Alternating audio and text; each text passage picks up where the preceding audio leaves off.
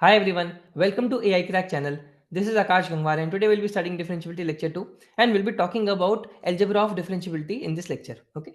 So let's begin a lecture with the similar topic which we studied back in continuity, that was open and closed intervals. Differentiability in open and closed intervals, right? Now let's take two intervals. First one is open interval 0 to 10 and second one is 0 to 10 closed interval. Okay.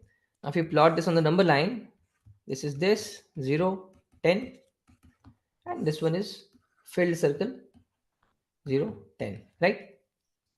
Now in this open interval case, let's say if we have this point over here, it always has left vicinity and right vicinity. No matter how close we go towards 0, we still have a point on the left hand side and also on the right hand side. How?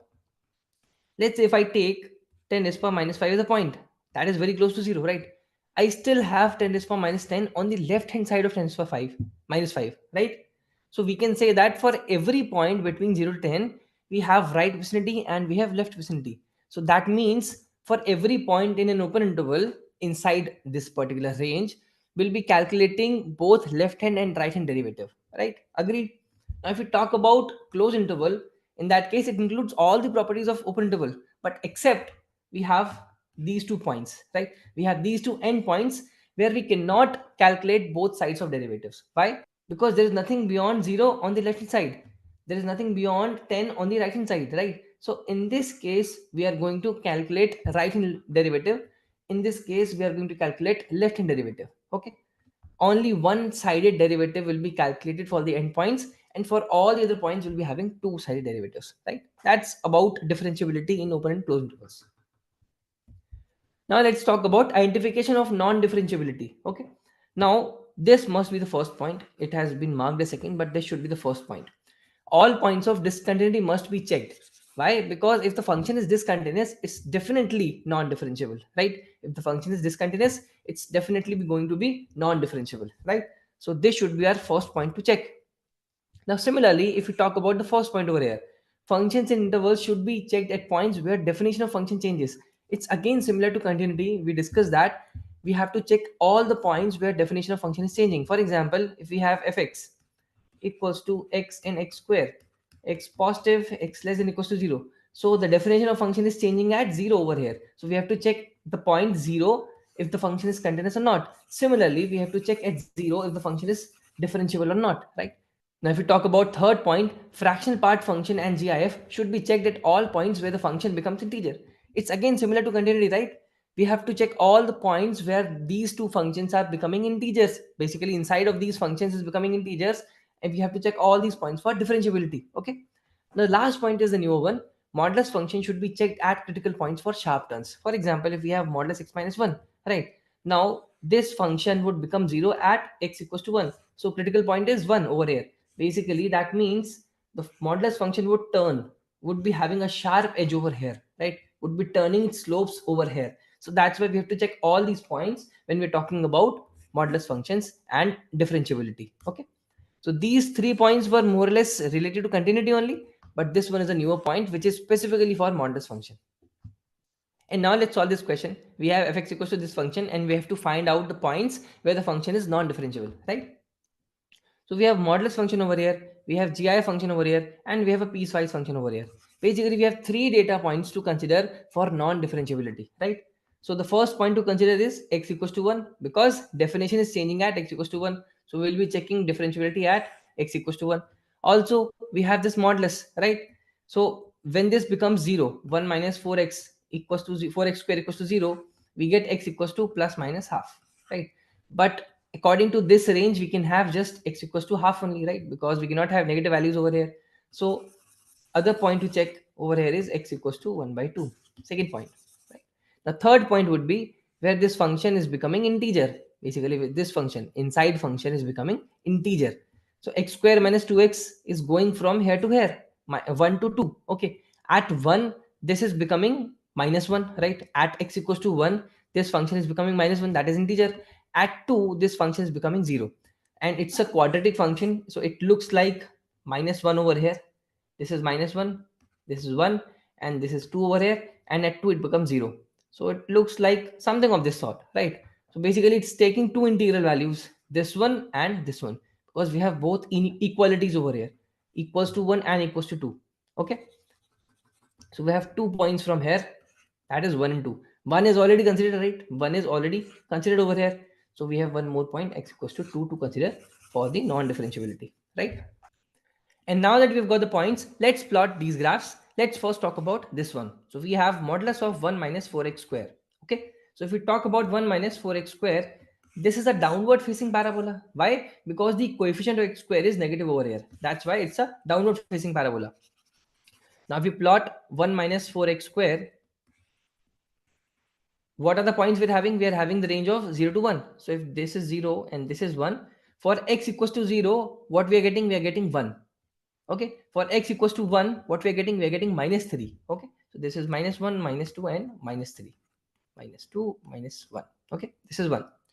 Now since it's a downward facing parabola, it might look like something of this sort, right? And since we have an inequality over here, we have an open circle right there, closed circle right there, and open circle right there. Now this point would be 1 by 2, because 1 minus 4x square is becoming 0 at 1 by 2. So this point would be 1 by 2. Now if you want to take modulus of 1 minus 4x square, what we'll be doing, we'll be placing a mirror over here, right? This is what we do to take out the modulus, right? So this mirror image would be like this. Okay, and this point would be 3. Why? Because we have minus 3 over here, that's why we have 3 over here. Okay, now this is the final graph of this particular function, modulus of 1 minus 4x square. Okay, we can see that at x equals to 1 by 2, this is not differentiable. Why? Because we have a sharp edge over here, that's why it's not differentiable at x equals to 1 by 2. And now let's plot the other function, that is gif of x square minus 2x, where x belongs to 1 to 2. Okay, now if we talk about x square minus 2x, this is still a parabola, but an upward facing parabola. Why? Because the coefficient of x square is positive over here, right? Now if you want to plot this function, what are the points we're having? We're having 1 and we're having 2 over here. Okay, now at x equals to 1, this function is taking value as minus 1. At x equals to 2, the function is taking value as 0. Okay, both filled circles because we have equalities on both sides. Okay, now the real question is if this is going to dip further and then going up, or it's directly going to go up from here, right? We don't know. Why didn't we check this in the previous function? That was also a quadratic function, right? But we didn't check it because we were only worried about the point x equals to 1 by 2, how this function is going to behave, because that was a critical point of modulus, right? We have gif over here, and if this is going to dip further, it's going to change the function value. In that case, it didn't matter, right? In this case, it matters a lot because it's going to change the function value if it's going directly up or if it's dipping further and then going up. Okay, and now that we have got this point, let's say we have ax square plus bx plus c. Now we know that for this quadratic function, minimum value occurs at minus b by 2a, given that a is positive. Given that it's an upward facing parabola, the minimum value occurs at minus b by 2a, right? So for this function, minimum value comes at x equals to 1. X equals to 1 is the minus b by 2a for this function, right? Now x equals to 1 is the limiting point over here, right? So this point is over here. So we know that it's not going to dip further from there and it's going to go up from here. Okay, got the point? And now that we know that our function looks like this one, now it has two parts because we have gif over here. Okay, so first part is function value going from minus 1 to open 0, right? And the second part is exact 0. Okay, so from minus 1 to 0, if we take gif of the function, what will happen? It would take minus 1 as the value, right? Because at open 0, it's still lesser than 0, it's not exact 0. It's going to take minus 1 as the value when we take gif of that function. Okay, now for exact 0, it's going to be 0. So these are the two parts. So if we take gif of this function, how this would look? It would look something of this sort. So basically from here to here, it's minus 1, and at exact 2, it's going to take value as 0, right? And now if you merge the first graph as well in this one, this is 1, this is 3 over here. So it looked like here to here. Okay, open circle over here. Now you can see that we have a discontinuity at 1, we have a discontinuity at 2. So that's why the function is not differentiable at 1 and 2 both. So finally, we have got 3 points. We have got 1 by 2, 1 and 2. Okay. For 1 by 2, the function was non-differentiable because of sharp edge. And for 1 and 2, it's not differentiable because of discontinuity. So we've got 3 points, 1 by 2, 1 and 2. Okay. And now let's move forward with this question. And I'll keep this as homework because it's a very easy question. All you have to do, you have to find out the points just like we did in the previous question, and then check at those points if the function is differentiable or not, right? Very simple question. And now let's move forward with algebra of differentiability. And if you remember from limits and continuity, we had a table like f g, f plus minus g, and f multiply divided by g, right? We had a table like this, and we're going to have a table like this in this one. The only difference is we are going to talk about differentiability and not continuity and limits. Okay. So the first case is one where f and g both are differentiable. Second case is one where f is differentiable, g is non-differentiable, or vice versa. You can take this as non-differentiable and this as differentiable. Doesn't matter. And third case is both are not differentiable. Okay. So let's look at the first one. So the first one is pretty obvious. If both are differentiable, f plus minus g and f multiplied divided by g both are going to be differentiable unless there's a point where the derivative of g is becoming zero, right? Unless there's a point where derivative of g is becoming zero in the denominator, only in that case we have to ignore. Otherwise, in all the cases, if f and g are differentiable, f plus minus g and f multiplied divided by g are going to be differentiable, right? Very simple. And if you want to take examples, you can take x and x square and you can derive using the first principle. We're not going to derive that one because that's very simple. Okay. So now let's talk about the important one, that is differentiable and not differentiable. In this case, f plus minus g would be not differentiable. And f multiplied divided by g would be maybe differentiable. Maybe differentiable, may not be differentiable. Okay. Depends. If we talk about the third one, both are non-differentiable, then this also becomes maybe, and this also becomes maybe. Right. So these three are very important ones. Let's look at the illustration of these four actually. Okay. And now let's talk about the first case, that is differentiable plus non-differentiable. Let's take the example x and mod x, right? So we have the function fx equals to x plus mod x. It's actually plus minus over here. Okay. Now this becomes x plus x or x minus x. This is when x is positive. This is when x is negative. Okay. Now this actually becomes 2x. This becomes 0. Now if you plot this graph, 2x looks like this one and 0 looks like this one. So we have a sharp corner over here, or basically you can say slope is 2 over here and slope is 0 over here. So on the right hand side and left hand side, slopes are not matching. So that's why the function is not differentiable. So we've seen the example of differentiable plus non-differentiable becomes non-differentiable, right? Non-differentiable. And now if we talk about differentiable multiplied by non-differentiable, let's take the same example, x and mod x. Okay. Now the function becomes x dot mod x. Okay. Now this opens up as x dot x or x dot minus x. This when x is positive and this is when x is negative, right? Now this actually becomes x square. This becomes minus x square. Now if we take the derivative of this individual functions, we'll be getting 2x and minus 2x, right? For x positive and for x negative. Now if you want to calculate f dash 0 plus, we'll be using this function. We'll be using this function for f dash 0 plus. That would be 0 only. And if we take this function, we'll be getting f dash 0 minus. That would be 0 only. So we can see that f dash 0 plus and f dash 0 minus are coming to 0. So differentiable multiplied by non-differentiable can be differentiable, right? We have proved that. Now let's talk about the non-differentiable plus minus non-differentiable. Let's take an example of modulus x and modulus sin x. Both are non-differentiable, right? Now we'll be taking two examples in this one. We'll be taking modulus x plus modulus sin x, and we'll be taking modulus x minus modulus sin x, right? Let's talk about the first one. So we have fx equals to modulus x plus modulus sin x, right? Now this opens up as x plus sin x, given that we're talking in the range of minus pi by 2 to pi by 2, right? This is the assumption over here. Now it would also open up as minus x minus sin x, right? This is when x is less than equals to pi by 2 and bigger than 0. Okay. And over here x is less than 0 and bigger than minus pi by 2. Okay.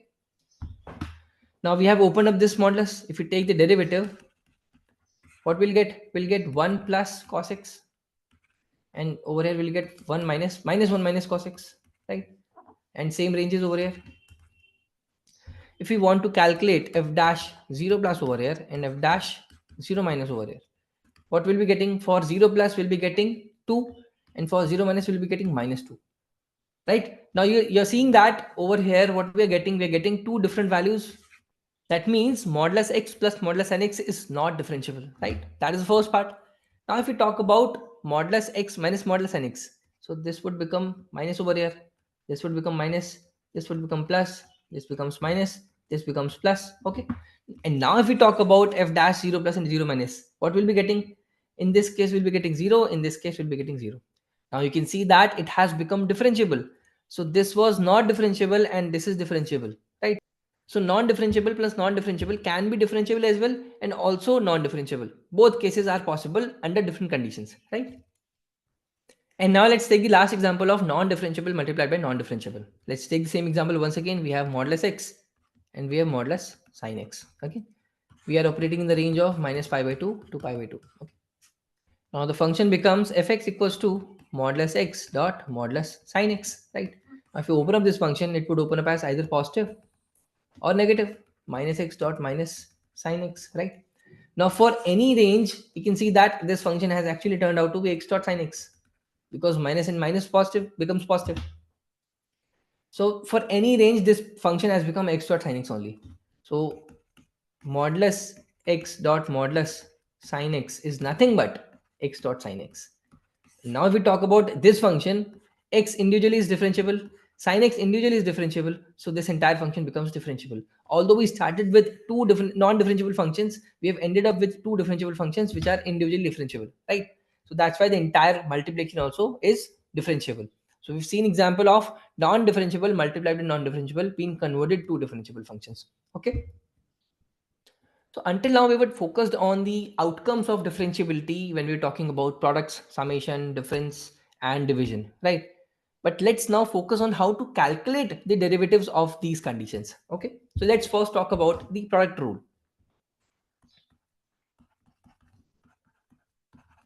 Let's say we have a function hx equals to fx dot gx, right? Now, if you want to find out h dash x, derivative of hx, that would be f dash x dot gx plus g dash x dot fx. So this is our product rule. Whenever we have two functions multiplied and if we want to find out the derivative of that function, we have to use this particular formula. Okay. Now the second rule is quotient rule. And as the name suggests, it is used for division. Okay. So when we have a function hx equals to fx by gx, now h dash x would be f dash x dot gx minus g dash x dot fx divided by gx whole square. So we'll be using this particular formula when we're concerned with fx by gx kind of functions. Okay. And the third rule is chain rule. And this is concerned with the composite functions. Let's say we have hx equals to f of gx. Okay. Now h dash x would be f dash gx dot g dash x. Okay. So this is the formula we are going to use for h dash x, considering that hx is a composite function of this type. Right? So with these three rules, let's conclude this lecture and let's meet in the next lecture for more examples and concepts. Okay. So thanks for watching.